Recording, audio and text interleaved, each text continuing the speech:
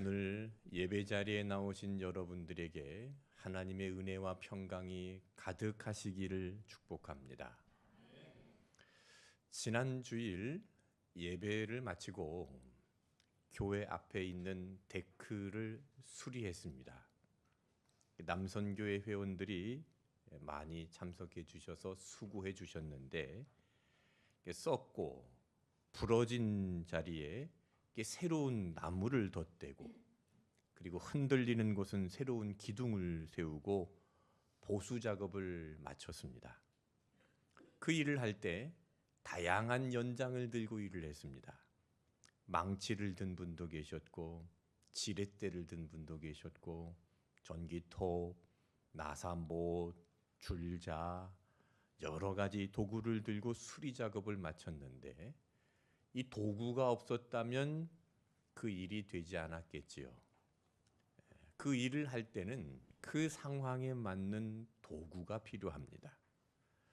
오늘 설교를 준비하면서 하나님이 일하시는 방법도 이와 같다라는 생각을 했습니다. 하나님께서 이 세상을 보수하시고 새롭게 하실 때에는 반드시 도구를 사용하시는데 그 도구는 쇠로 만든 망치나 톱이 아니라 예수 그리스도의 십자가의 보혈로 구원받아 거룩한 하나님의 자녀가 된 우리를 사용하십니다. 하나님은 우리를 택하시고 우리를 부르셔서 우리를 붙들어 사용하십니다. 우리의 자격과 상관없습니다. 우리가 과거에 어떤 사람이었는가 중요하지 않습니다.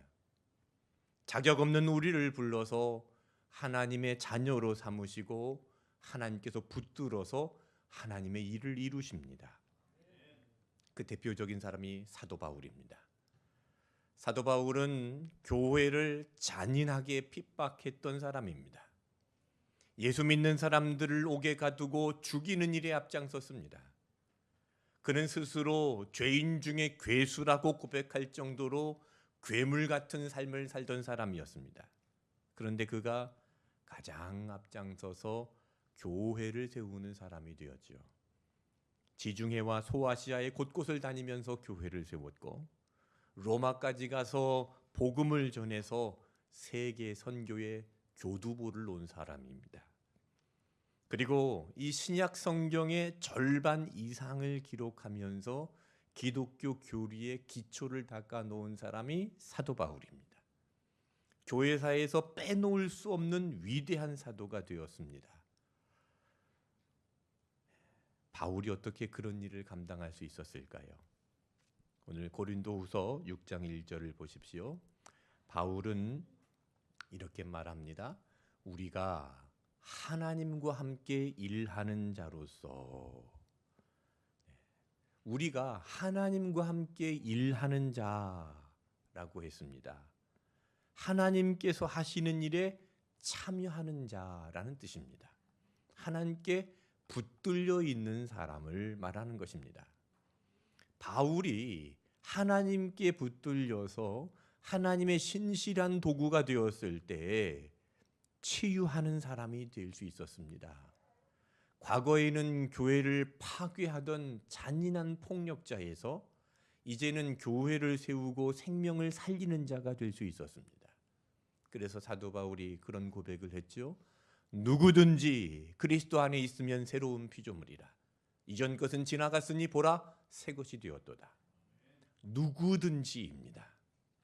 바울과 같은 죄인 중에 괴수라 할지라도 부끄러운 과거가 있는 사람이라 할지라도 자격이 있든 없든 상관없이 누구든지 그리스도 안에 있으면 예수님께 붙잡힌 자가 되면 새로워집니다.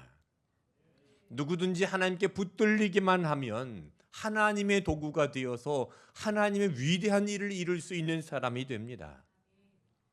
칼이 강도의 손에 들려 있을 때는 사람을 해치는 흉기가 되지만 그 칼을 요리사가 들고 있으면 사람을 살리고 기쁨을 주는 도구가 될 수 있습니다. 누구에게 들려 있느냐에 따라서 이 도구의 성격이 완전히 달라지는 것이지요. 이탈리아의 천재 바이올리니스트 피가니니라는 연주가의 일화가 있습니다. 이 피가니니가 수많은 관중 앞에서 바이올린을 연주하고 있었습니다. 그런데 바이올린 줄 하나가 갑자기 끊어져 버립니다.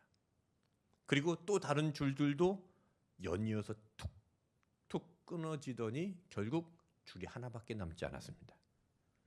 이런 상황에서 피가니니는 연주를 멈추지 않았습니다. 그리고 그 남은 한 줄로 완벽하고 아름다운 연주를 마쳤다고 합니다. 불가능한 일이지만 피가니니의 손에 들려 있으니 가능한 일이 되었습니다. 누구의 손에 들려 있는가에 따라서 가능할 수도 있고 불가능할 수도 있습니다. 여러분, 불가능이 없으신 주님의 손에 붙잡히면 우리는 충분히 가능성 있는 사람이 됩니다. 여러분, 혹시 바이올린 줄처럼 끊어진 것들 때문에 절망하고 있습니까? 건강의 줄이 끊어졌다고 낙심하십니까? 물질의 줄이 끊어졌다고 두려워하고 있으십니까? 믿었던 사람들로부터 배신을 당하고 인간관계의 끈이 끊어져서 상처와 외로움 가운데 있으십니까? 여러분, 그럼에도 우리가 주님의 손에 붙들려 있다면 우리는 할 수 있습니다. 내가 붙잡고 있는 줄들이 끊어졌더라도 주님께서 나를 붙들어 주시면 우리의 인생을 아름답게 인도해 주실 것입니다.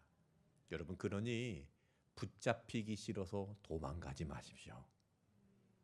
붙잡히는 것을 두려워하지 마십시오. 하나님께서 우리를 붙잡으시는 이유는 하나님께서 나의 하나님이 되어 주시려는 것입니다. 나를 굳게 세워 주시려는 것입니다. 자, 이사야 41장 10절 말씀 읽어보겠습니다.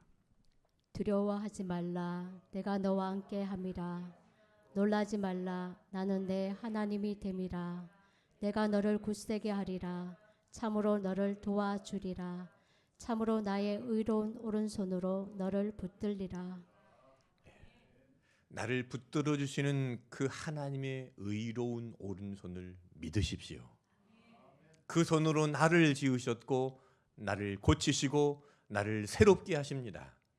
그 손으로 나를 끝까지 놓지 아니하시고 보호하십니다. 날마다 새롭게 빚어가시는 그 전능하신 손에 여러분의 인생을 온전히 맡겨 드리시기를 축복합니다. 우리가 주님의 손에 붙들린다는 것은요, 은혜에 합당하게 사는 것을 말합니다. 여러분, 하나님의 은혜를 헛되이 받지 마십시오. 자, 고린도후서 6장 1절을 다시 보시면 우리가 하나님과 함께 일하는 자로서 너희를 권하노니, 같이 읽겠습니다. 하나님의 은혜를 헛되이 받지 말라. 하나님의 은혜를 헛되이 받지 말라 했는데, 헛되이 받지 말라 하는 이 말씀은 은혜의 가치를 아주 가볍게 여기지 말라, 영적인 무관심을 뜻하는 단어입니다. 우리가 구원받은 사실이 얼마나 귀합니까? 예수님께서 십자가에서 못 박혀 죽으신 그 은혜가 사사로운 것인가요? 십자가의 은혜는 그 무엇과도 바꿀 수 없습니다. 과거에 남아프리카에서 실제 있었던 일인데요. 독일의 한 광물학자가 아프리카를 여행하던 중에 길가에서 아이들이 가지고 노는 공깃돌을 보았습니다. 그래서 이 공깃돌을 보면서 그 아이의 집을 물어서 그 집을 찾아갔더니 움막을 짓고 밀가루죽을 끓여 먹고 있는 엄마가 있었습니다. 그리고 그 집 앞에는 그 공깃돌과 같은 돌들이 많이 쌓여 있었습니다. 그 아이 엄마에게 이야기합니다. 이 돌멩이를 나에게 파십시오. 그러자 그 엄마가, 아니 무슨 돌멩이를 팝니까? 그냥 빵이랑 바꿔주세요. 그래서 빵과 돌멩이를 바꾸어서 왔답니다. 그 빵을 얻은 어머니는 아주 기뻐했습니다. 이 광물학자가 이 돌멩이를 가지고 고국으로 돌아와서 검사를 해보니까 이것이 금광석이라는 것을 알게 되었습니다. 그래서 그곳에 광산을 개발해서 어마어마한 금을 캐내었답니다. 이 금광석이라는 보석을 보는 안목이 없는 사람에게는 그것이 그냥 돌멩이일 수 있습니다. 그래서 당장 내 육신을 만족시킬 빵과 너무 쉽게 바꿔버리는 것이죠. 이처럼 은혜의 가치를 알지 못하는 사람은 세상의 빵과 너무 쉽게 바꾸어 버립니다. 세상의 유혹과 세상의 자랑할 것들과 너무 쉽게 바꾸어 버린 것입니다. 여러분, 하나님의 은혜를 가볍게 여기지 마십시오. 은혜를 헛되이 받지 마십시오. 우리에게 주어진 이 은혜가 얼마나 귀하고 아름다운 것인지 깨닫게 되는 영적인 안목이 열리시기를 축복합니다. 예수님께서 나의 죄를 대신해서 십자가에 죽으셨습니다. 죄인은 본래 하나님 앞에 나아갈 수가 없습니다. 그래서 예수님께서 나를 대신해서 십자가에 죽으심으로 말미암아 우리는 예수 그리스도로 말미암아 담대히 하나님 앞에 나아갈 수 있는 존재가 되었습니다. 그래서 우리가 기도할 때에 누구의 이름으로 기도합니까? 예수님의 이름으로 기도합니다. 여러분, 이건 특권입니다. 예수님의 이름으로 기도하고, 그리고 예수님을 믿는 사람은 하나님의 자녀가 되었는데 그것은 하나님께서 주신 특별한 권세라고 했습니다. 하나님을 아빠, 아버지라고 부르며 예수님의 이름으로 기도할 수 있는 것은 특권입니다. 이 엄청난 특권을 가지고 있으면서도 기도의 자리에 나가지 않는다면 예수님의 십자가의 은혜를 헛되이 받는 것입니다. 기도하지 않는 것은 하나님 없이 내 힘으로 해보겠다는 교만입니다. 왜 걱정하십니까? 왜 내 힘으로만 하려고 하십니까? 왜 불가능하다고 절망하십니까? 잘하시네요. 예수님의 이름으로 매일매일 기도하는 것은 은혜에 합당한 삶을 사는 것입니다. 예수님의 이름으로 기도하면서 절망하며 주저앉아 있는 그 자리에서 일어나는 것은 은혜에 합당한 삶을 사는 것입니다.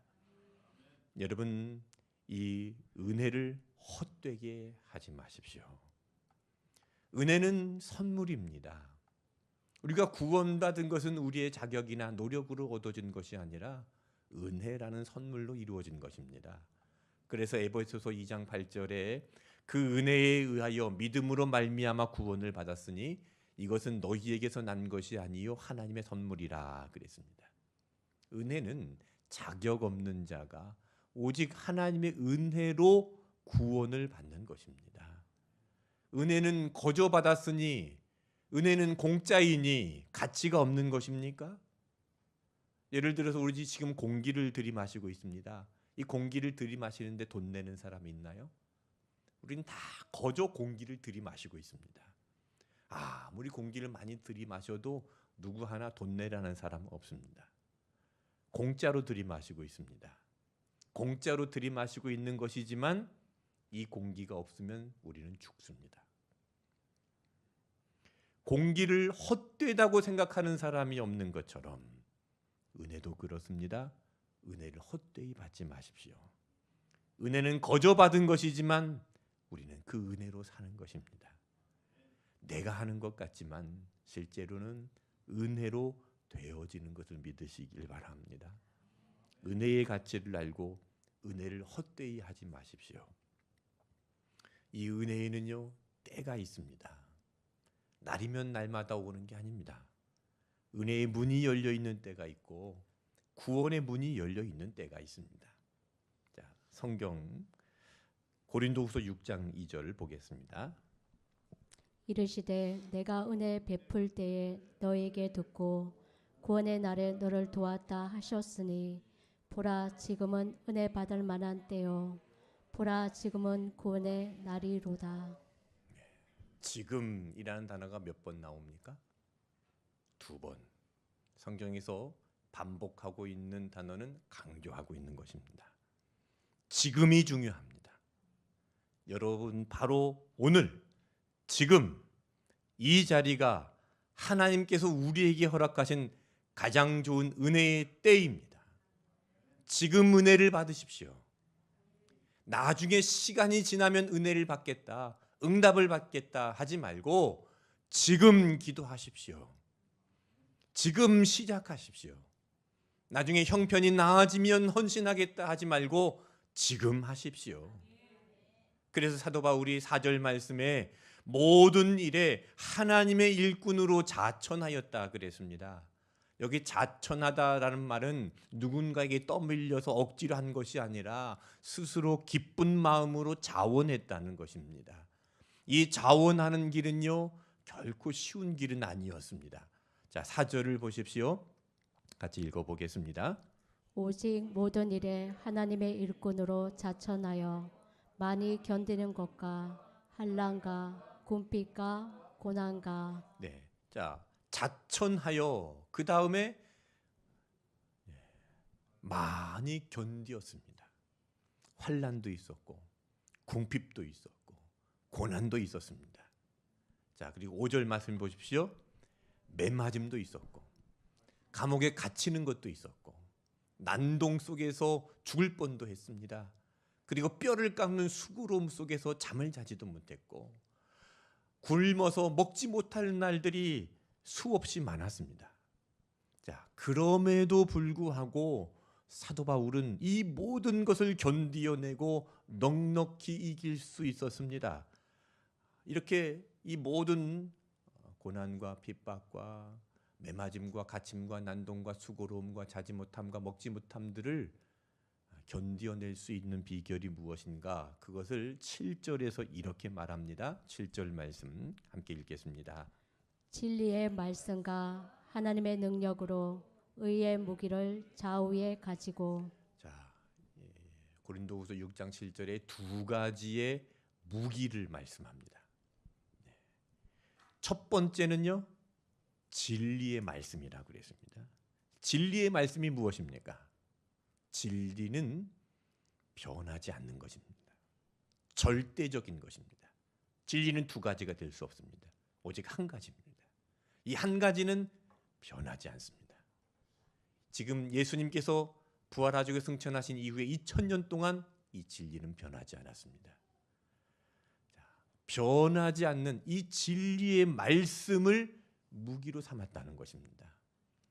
사도 바울은 매를 맞고 옥에 갇히고 난동을 겪으면서 수고하고 잠을 자지도 못하고 먹지도 못했습니다. 환난과 궁핍과 고난을 당했습니다. 그런 상황 속에서 변하지 않는 하나님의 말씀을 무기로 삼았습니다. 세상은요, 고난을 당하면 너는 실패했다. 너는 하나님으로부터 버려졌다. 너는 죄인이다. 그렇게 정죄합니다. 그럴 때마다 사도 바울은 변함없는 하나님의 말씀을 중심 잡고 흔들리지 않았습니다. 세상이 아무리 흔들어도 사람들이 때리고 옥에 가두고 굶기고 고난과 환난과 핍박을 가해도 사도 바울은 변함없는 진리의 말씀으로 무장하여서 넉넉히 이겨냈습니다. 여러분, 이 의의 무기를 가지고 세상이 아무리 나를 흔들어도 진리의 말씀으로 중심을 딱 잡으시기를 바랍니다. 누가 무슨 말을 해도 나는 변하지 않는 하나님의 말씀으로 절대적으로 의지하면 흔들리지 않습니다. 두렵지 않습니다. 강하고 담대하게 세상을 이기는 사람이 될 줄로 믿습니다. 자, 그리고 두 번째 무기는 뭡니까? 하나님의 능력으로라고 했습니다. 여기 능력이라는 단어가 헬라어로 듀나미스라는 단어입니다. 제가 여러 번 설명을 드렸습니다. 이 듀나미스라는 단어에서 다이너마이트라는 단어가 나왔습니다. 이 폭발력이 있는 엄청난 에너지를 말하는 겁니다. 예전에 다큐멘터리를 보았는데요. 이 터널 공사를 하면서 이 구멍을 뚫어서 다이너마이트를 거기다 넣습니다. 그러면 아무리 단단한 바위라 할지라도 부서집니다. 깨어집니다. 산산조각이 납니다. 그래서 바위 산에도 터널을 뚫을 수 있는 것입니다. 하나님의 능력은 듀나미스, 강력한 다이너마이트와 같습니다. 무엇이든지 깨트려 버리는 이 다이너마이트처럼 내 앞에 단단한 장벽들이 있다 할지라도 그것들을 깨트려 버리시고 터널을 뚫으십니다. 내 아무리 막혀 있는 상황이라 할지라도 그곳에 길을 내십니다. 나는 안 된다는 절망을 깨뜨리십니다. 나의 무능력한 생각과 두려운 마음들을 깨뜨리십니다. 여러분, 하나님의 다이너마이트와 같은 강력한 능력을 믿으시기를 바랍니다. 나의 무능을 깨뜨리시고 나를 통해 일하시는 하나님의 능력을 믿으십시오. 사도 바울이 그런 환난과 고난의 그 한가운데서도 견디고 버틸 수 있었던 이유, 두 가지 무기입니다. 고린도후서 6장 7절을 다시 보십시오. 두 가지 무기가 무엇입니까? 진리의 말씀과 하나님의 능력으로 의의 무기를 좌우에 가지고, 이 진리의 말씀과 하나님의 능력으로 의의 무기를 삼았습니다. 그것을 양쪽에 들었습니다. 여러분, 세상을 이기는 진짜 무기는 내 힘이 아닙니다. 세상의 물질이 아닙니다. 사람들이 많다고 이기는 것이 아닙니다. 세상을 이기는 영적인 무기는 변함없는 진리의 말씀과 내 무능함을 깨뜨려 버리는 하나님의 능력입니다.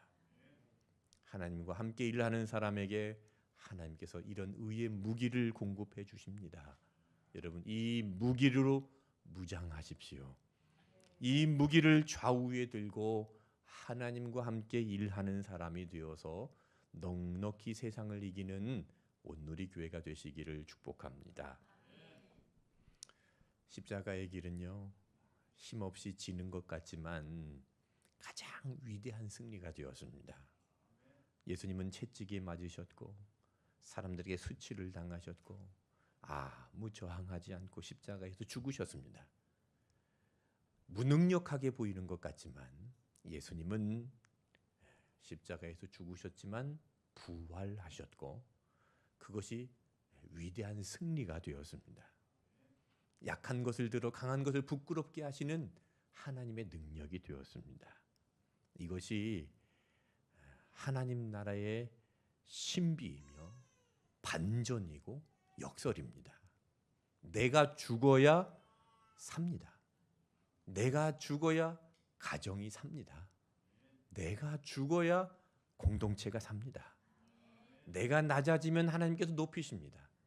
내가 높아지면 하나님께서 낮추십니다. 내가 손해보는 것 같아도 낙심하지 마십시오. 예수님께서 바보처럼 당하셨지만 결국 승리하셨습니다. 이것이 바로 세상 속에 살아가는 하나님 나라의 신비이며 역설이고 반전입니다. 그래서 십자가를 지고 예수님을 따르는 사람, 하나님과 함께 일하는 사람에게는요 7가지의 역설적인 진리가 있습니다.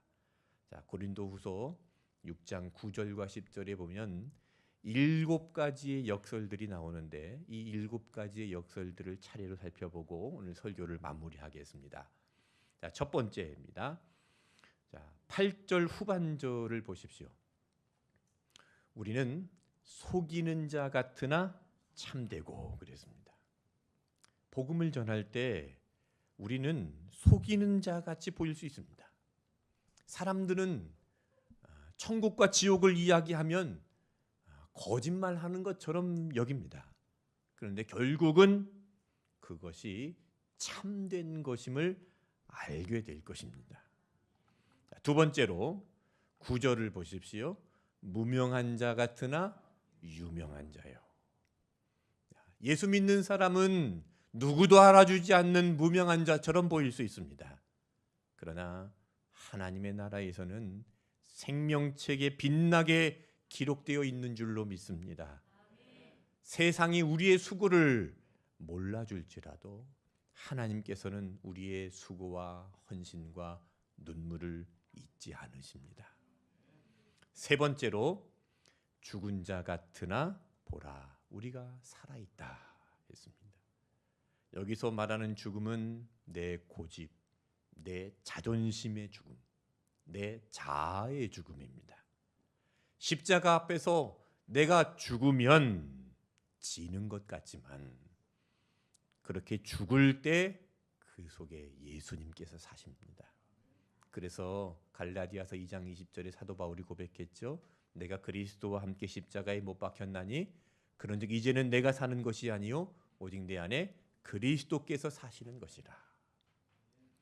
자, 네 번째입니다. 징계를 받는 자 같으나 죽임을 당하지 아니하고라고 했습니다. 사도 바울은 매를 맞고 옥에 갇히고 수고하고 잠도 못 자고 굶주렸습니다. 세상은 그것을 징계받는 것이라고 이야기했습니다. 하나님께 벌을 받아서 저 모양이라고 비웃고 조롱했습니다. 그러나 그 고난의 한복판에서도 하나님은 바울을 지키시고 보호하셨습니다. 다섯 번째입니다. 자, 10절을 보십시오. 근심하는 자 같으나 항상 기뻐하고 라고 했죠. 환경과 상황을 보면 근심이 가득 찹니다. 그런데 참된 기쁨은 환경과 상황에서 오는 것이 아니라 하나님께 있습니다. 그래서 하박국 선지자가 노래했죠. 무화과도 포도도 감람나무도 양도 소도 없을지라도 나는 여호와로 말미암아 즐거워하며 나의 구원의 하나님으로 말미암아 기뻐하리로다. 하나님의 사람은 하나님 한 분만으로 기뻐할 수 있습니다. 자, 여섯 번째입니다. 가난한 자 같으나 많은 사람을 부유하게 한다 했습니다. 하나님과 함께 일하는 사람은 가진 것이 적을지라도 가장 가치 있는 것을 나누어 줄 수 있는 사람입니다. 세상에서 가장 위대하고 가장 가치 있는 이름, 예수님의 이름을 전할 때 많은 영혼들을 부유하게 할 수 있습니다. 마지막 일곱 번째입니다. 아무것도 없는 자 같으나 모든 것을 가진 자로다. 하나님과 함께 일하는 사람은요, 세상적으로 볼 때 내세울 것 없는 자로 보일 수 있습니다. 그러나 하나님을 아빠, 아버지로 부르는 사람입니다. 아빠, 아버지로부터 천국을 유업받을 상속자입니다. 그래서 예수님께서 팔복을 말씀하실 때 가장 먼저 심령이 가난한 자는 복이 있나니 천국이 그들의 것입니다 선포하셨습니다. 천국을 상속받는 자는 모든 것을 가진 자입니다. 여러분, 하나님과 함께 일하는 사람에게는 이렇게 놀랍고 거룩한 반전이 기다리고 있습니다. 하나님의 손에 온전히 붙들려서 하나님의 귀한 도구가 되십시오. 세상 사람들은 여러분의 이름을 몰라줄지라도 하나님 앞에서는 우리는 누구보다도 존귀하고 빛나는 하늘의 유명인으로 살아가시기를 축복합니다. 겉으로는 내가 손해보고 죽는 것 같을지라도 내 안에 역사하시는 예수님의 생명으로 날마다 견디고 버티고 살아내시기를 축복합니다. 고난 속에서도 결코 무너지지 않기를 축복합니다. 근심 속에서도 하늘의 기쁨이 충만하시기를 기원합니다. 여러분의 삶에 복음을 전하는 귀한 통로로 사용되어지기를 축복합니다. 그래서 여러분을 통해서 수많은 영혼들이 하늘의 참된 부요를 누리게 되는 기적이 매일 일어나기를 축복합니다.